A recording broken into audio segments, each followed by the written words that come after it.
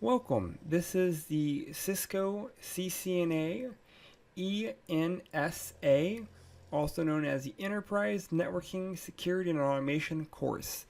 This course focuses on the CCNA version 7 curriculum. This is course 3 of 3.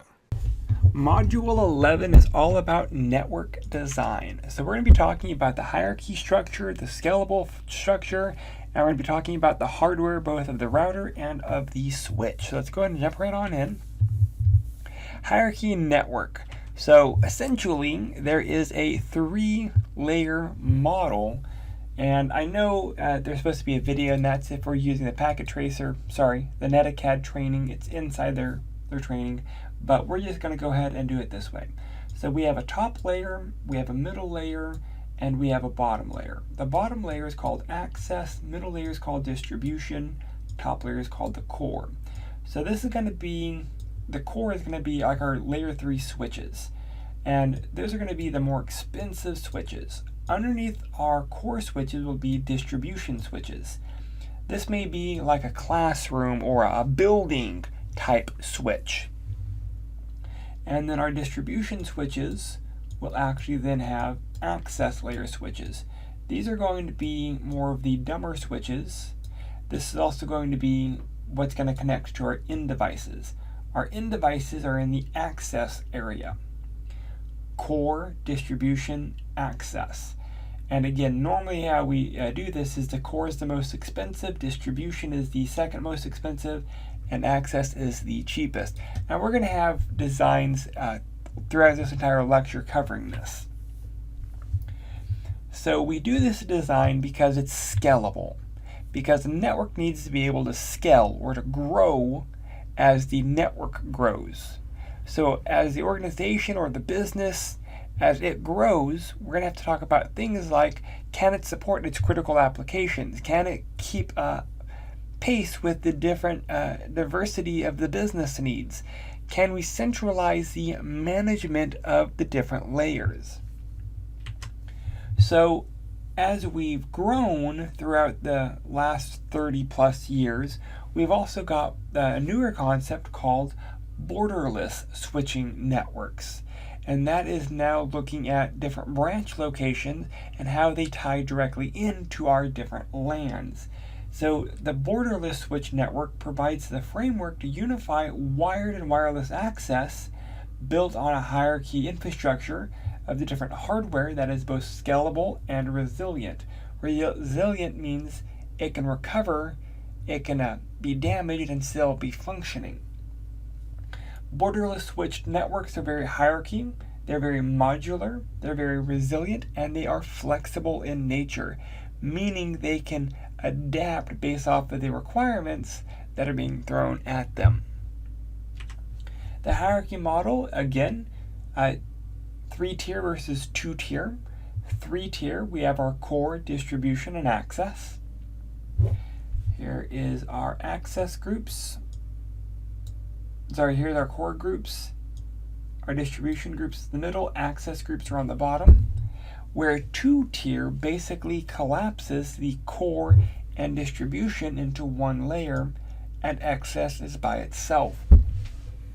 In most of the Cisco design models, you're going to see access layers by themselves. So how do we define the layers? The access layer provides network access to the end devices. These switches are going to connect to the distribution layer switches and handle just basic connectivity. The distribution layer is going to implement routing, quality of service, security, and other layer services. It will also aggregate the large-scale wiring closets, and it will help to limit layer 2 broadcast domains. Normally, distribution layers switches are going to be a layer 3, and that's why it can handle certain routing features. Again, a lot of the frame control or a lot of the network shaping is going to happen at this layer. The distribution layers will connect the access layer devices to the core layer devices. Again, the core layer being the top layer. So the distribution layer will act as an intermediary.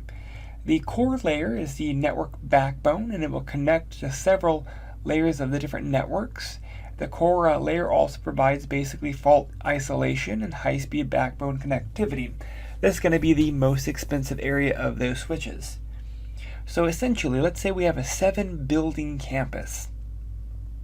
Each building will probably have its own distribution layer, and each floor of those buildings may have their own access layer.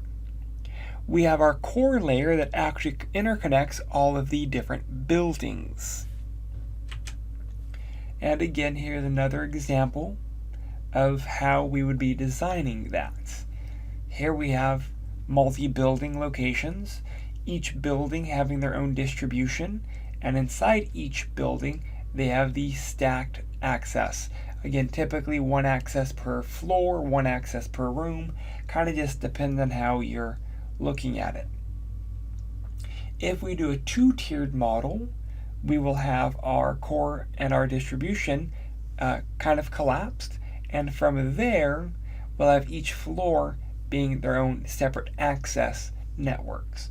And again, within this network design, we're not talking VLANs, we're not talking aggregated links, we're just talking the general overview of how the network would be designed. We would typically, if we are doing this type of an approach, also have additional segmentation at each floor for the appropriate functionality based off of VLANs. But for now, that's outside of this general scope. So the roles of our switched networks, again, core, distribution, access. You're going to notice that distribution and core typically use layer 3 switches. Access will only typically use layer 2 switches, and that is it. So switched LAN will allow additional flexibility and overall management, allowing the higher level functions in the core and distribution to handle things like traffic management and other features of the switched network. A switched LAN will also support wireless network connectivity and other technologies like phones and mobility-based services. So let's go ahead and let's dive into how we designed the network to be scalable. So in previous chapters, we talked about things such as link aggregation, we talked about redundancy first hop protocols, we talked about wireless connectivity, we talked about different types of scalable routing protocols. So all of those go into the design for scalability. Essentially, to define scalability in the terms of the network, it is the ability to grow without losing the availability or the reliability of the network. So the designer, the network administrator, whoever is actually laying out the design of the network, has to develop a strategy to enable the network to be available and scale as it grows. One of the big issues here is it's not one of those things where you can plan for today's use. You have to plan for tomorrow and future use. And again, we do that through the redundancies, multiple links, like link aggregation, routing protocols, and wireless technologies. All of this allows us to plan for additional growth. And as we're planning for that growth, we also have to plan for redundancy. That way, if a link goes down, we don't have to worry about loss of connectivity. A single point of failure means bad network design typically. However, sometimes it's also a cost. If a link goes down, it may cost X amount. However, to have a redundant link installed may be an additional cost, which is going to be the cheaper route, and that also has to factor into the network design. Also, redundancy also means duplicate equipment, and some organizations may not have the ability or the capital to install duplicate equipment. So again, trade-offs. So when we're providing failover services, normally we're looking at the most critical devices first. If our core goes down, it means the entire network could be going down. So maybe if we can only afford redundant equipment in one area, we set up redundant equipment at our core level first. And I've actually worked with organizations that were fairly well off, but financially would not justify the additional costs for redundant equipment. So they may have, a backup core switch, but it is not kept in the same location as the core equipment. It's actually, it was a medium-based casino, and the spare core switch was actually on the 10th floor in storage, and the core equipment is based off of the basement in the elevator. And the network administrator with the financial individuals sat down and they agreed that having the backup equipment in the same location as the primary equipment wasn't going to work for them. So they were okay with the cost of the downtime from moving the core equipment from the 10th floor to the basement when everything was down. That was a decision that they made. However, some administrators would not compromise. So the point here is understanding that redundancy, while in the network design phase, is extremely important. However, in practicality, it's not always as straightforward as we need to be able to do this. Normally, the person writing the check, the individuals writing the checks, may not be okay with this type of equipment purchases. You may have a budget.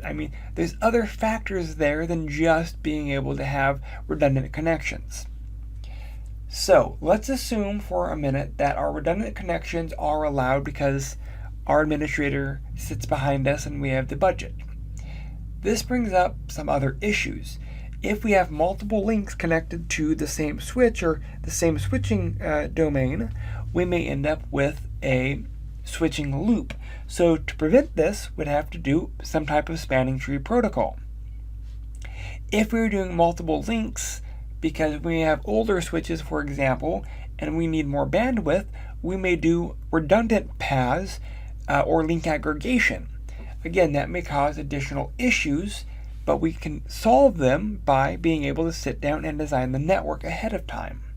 So all of this helps to be able to reduce the size of the domain. Because again, when we're talking switching technologies, layer 2, we can be talking about either a broadcast domain or a collision domain. If we're using switches, collision domain is kind of going to be irrelevant because that's going to be based per port. However, our broadcast domains are going to be there because they are separated by a layer 3 device. So the goal here is to reduce the failure domains. And a failure domain basically is a module of the network. It is a well-designed network control that controls traffic and limits the size of any of the possible issues. For example, if a distribution switch goes out, that's going to affect, in our examples, maybe one building. We can limit that by having 2 distribution switches there and having each access switch connected to both of them. That way, if one distribution switch goes out, everything will be switched to the second distribution switch. That way, there really isn't any downtime. So every router functions as a gateway for a limited number of access points. For example, multi-layer switches and routers are deployed in pairs. That way nothing is individual. But again, this is all based off of budget and business requirements. Each switch block will act independently of each other, and basically as a result, the failure of a single device should not affect the network, even if we're talking core layer devices. There should be 2 core devices, if not more. There should not be a single point or a single device that should affect the entire network, ideally. However, that's not always realistic, so do keep that in mind. How do we increase our bandwidth? First, purchase new switches. That's the easiest.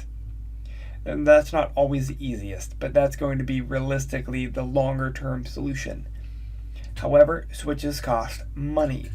Another way could be link aggregation. Link aggregation would probably be the easiest, assuming we have the enough free ports. The issue is, in most businesses that I've worked with, there are not enough free ports to be able to do link aggregation. So that's been the issue. That's why I normally say buy new switches, typically because at that point we probably have already maxed out how many ports that we have available. So Ether channel definitely is going to be one of the feature tools. We can combine existing switch ports, assuming we have enough. We can configure them to work together, and that way we can do load balancing between these multi-links. We also have the ability to extend or extend the layer 2 access layer, and that would be by connecting access points to the access switches. Realistically, I've always seen this done at the distribution layer, not the access layer, but the access point itself will help to extend the access layer to wireless devices. This basically allows us to extend into different areas. Some of the considerations you need to have are looking at the types of wireless devices, coverage, interference, and if there's security considerations that have to be there. Are we allowed to have wireless devices? And again, that's going to be based off circumstance and your individual organization. So another thing we have to look at is our different routing protocols. There it goes. If we're using OSPF, for example, we need to be able to understand how OSPF works in multi-areas. Realistically, multi-area OSPF is outside the scope of the CCNA, so I always find it really funny when they talk about multi-area OSPF being a way to prune and tune our routing protocols, because yes, this is definitely a way that we could help control the flow of traffic. However, this is also way outside the scope of the CCNA. Alright, moving on, we have our different types of hardware. We have our switching and we have our routing hardware. First, we're going to talk about switching hardware. Switches comes in a multiple layers of platforms. They come with multiple port densities. They come with multiple add-on slots. Here we have, I believe these are GBICs or SFP connectors. Here we may have HDMI connectors or special link connectors. We have USBs, but those aren't really for our additional types of ports. You'll also notice that we have port densities. This port is a 24 port. This port is a 48 port. So they are different. They could also be certain ports cover certain technologies where some ports don't. So the issue is our switches are not always created equal. However, more commonly than not, the height of these units, the height, is typically going to be a 1U based unit. So the form factor, for example, the height and the width typically are going to be the universal standard 1U. However, that's not always the case, so do keep that in mind. So to ensure you have the appropriate device, we need to understand the requirements of the network. That allows us to purchase the appropriate switch. So our platforms could be all over the place. Here we have a Meraki Cloud Managed switch, and this does allow for virtual stacking instead of hardware stacking. So this will do it over traditional LAN networks, as opposed to having a separate cable to do it. At the bottom, you're going to see different types of Nexus platforms. These are also possible switches, but these are not 1U switches. Like this is, I believe, a 3U switch. And there are other ones out there. Some of them are like a 5 or 8U level switch or greater.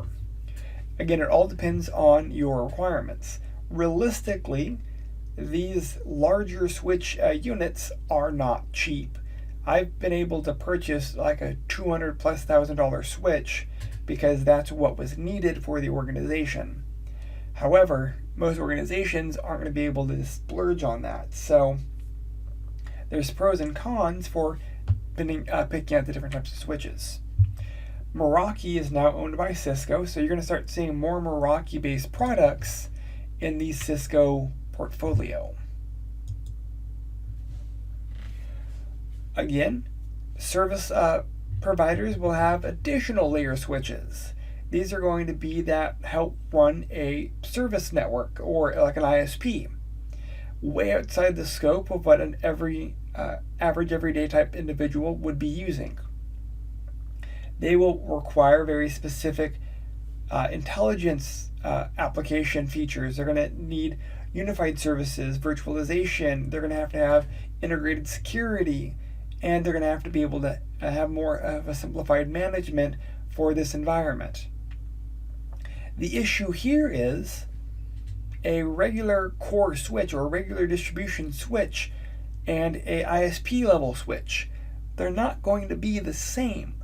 All this is supposed to point out is that there are different platforms, there's different levels of these switches, and it all depends on your needs. Different form factors. Typically 1U is the more common. However, we can get different switches and different form factors that are either fixed or more modular or stackable or non-stackable based off of your requirements. Stackable basically means you can have these 4 switches and there's a cable in the back that connects them.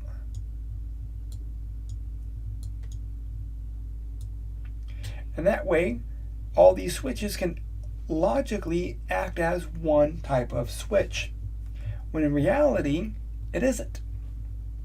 And we see that by using switching cables. And you'll also notice they have dual power supplies, power supply and power supply. You can also do redundant power supplies.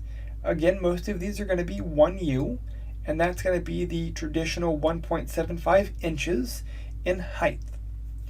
Each of these interconnections will use a special cable, and that allows these switches to stack. So one of the things that I'd said earlier was this concept of port density. And port density essentially is how many ports the switch can handle. If we have the ability to stack 4 switches, and these are 4 48-port switches, well, that's how many ports we can have. If we need more than that, we may need to have a different chassis. This one can have all of the individual cards filled up. This right here is a management card. This is a management card. They're redundant management controllers. And this guy right here is some form of fiber or SFP type connector. Well, we could replace the fiber with another 48-port switchblade, and we could replace the second controller with a 48-port switchblade. So again, it can grow based off of the user requirements. And as it grows, basically we're talking about port density. How many ports are there? So how do we calculate the cost of a unit? We base the cost off of an additional port. If we wanted to add an additional 48-port switch, we could do that based off of the port cost. We can calculate the additional cost of the switch divided by how many ports we have, and we can figure out the appropriate cost per port. And that way we can justify the additional cost based off of the individual port cost. Each switch will have what's called a forwarding rate. How much data can it actually forward? How much data can it process? So switch products lines are classified by forwarding rates. Entry-level switches have lower forwarding rates than higher-level switches. Again, normally if we're talking an entry-level switch may have 24 ports or 48 ports. Well, they're going to be limited to how much they can forward based off of how many ports they have. A ISP level switch, because of, again, the increased amount of port density, has to have additional resources to be able to manage all of those, so they have a much higher forwarding rate because they can have additional ports. Port rates or data rates are typically measured in megabits, gigabits, 10 gig, 100 gig, or more. Access layer switches typically do not need the operating at the full wired speed because they're physically limited basically by their uplink. They may have one uplink of a gigabit. Well, if they have 24 10-100 connections, well, realistically, if they have 24 100 megabit connections, if the switch is operating at 100% capacity, it's going to be able to process 2.4 gigabits per second on that local switch. However, the local uplink might only be a 1 gig uplink.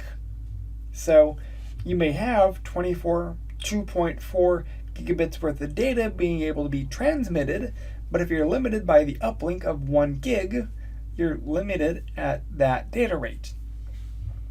One thing that the switch provides that is actually extremely important is the concept of PoE, Power over Ethernet.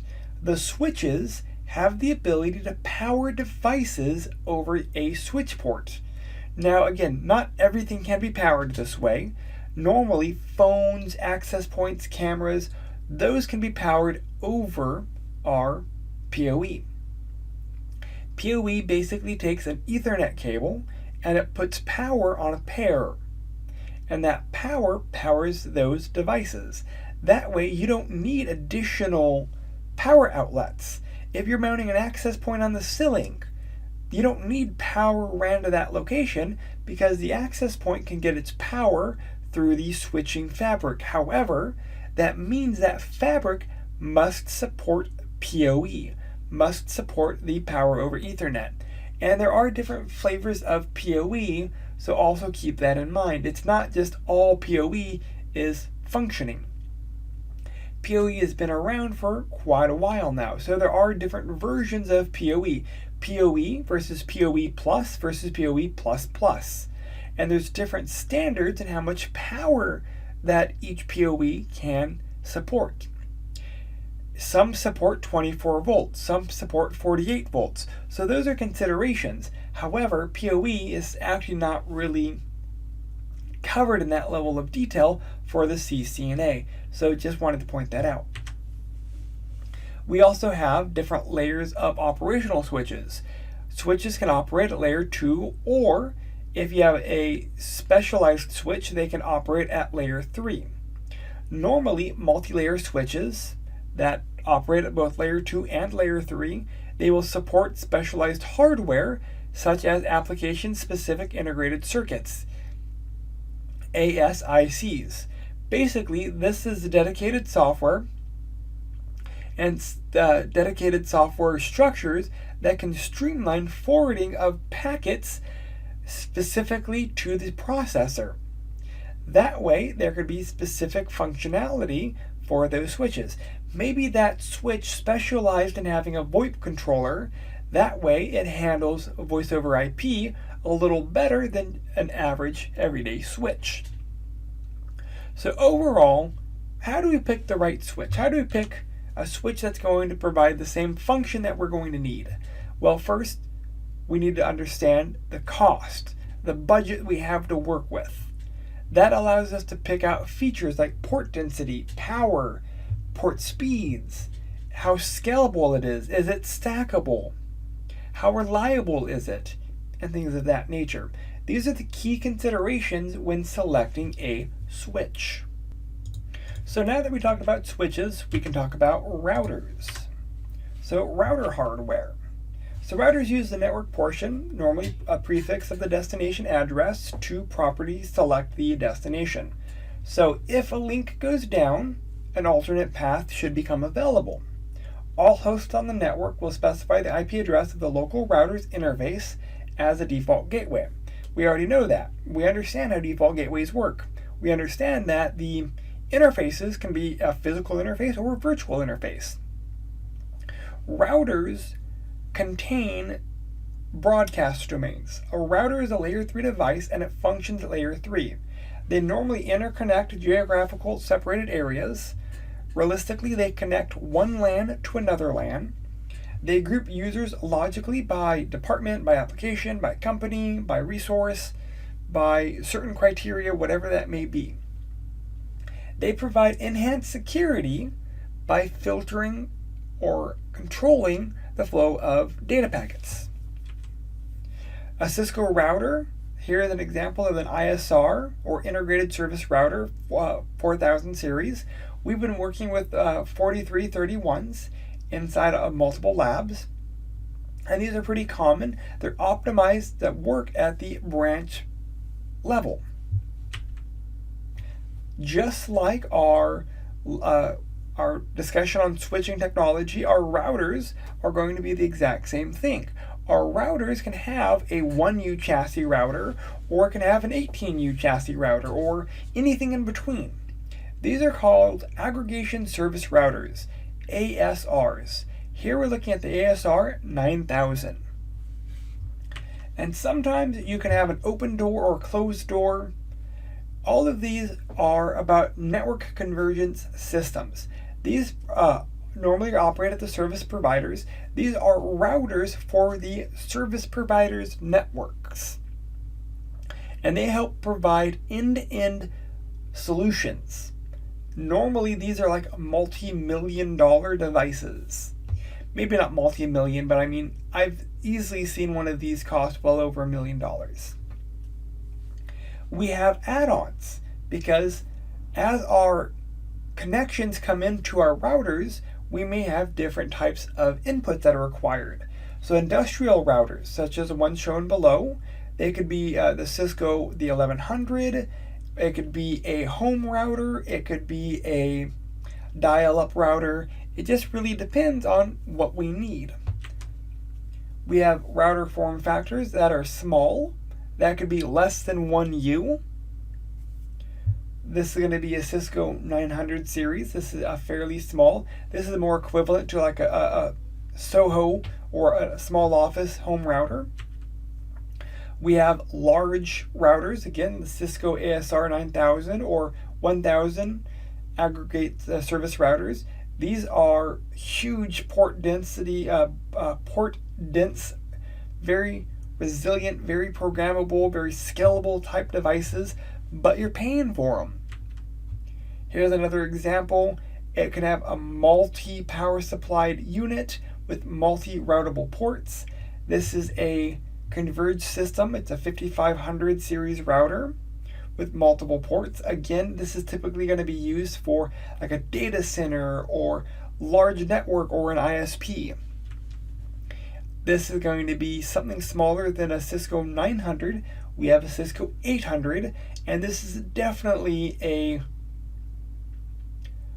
specialized unit. This router is designed to be small and to be used outside. This is made to be operating in a very harsh environment. So again, all the devices operate different levels based off of the requirements. They scale and they grow based off of those requirements. And that is all I had for this lecture. We do have a few labs comparing and contrasting routers and switches. We talked about layer 2 and layer 3, tier 2 and tier 3 network designs, focusing on both layer 2 and layer 3. We talked about the core, distribution, and access layer. We talked about some of the core functionalities like ether channel, link aggregation, scalable protocols using STP. We looked at hardware, both at the switch level and the router level. And that is all I had for this chapter. If you have any questions or anything, please feel free to reach out. Again, with this material, being able to ask questions and discuss some of the topics in the lecture help build long-term retention, so do not be afraid to communicate with this topic. Again, I'm here if you need anything. Thank you.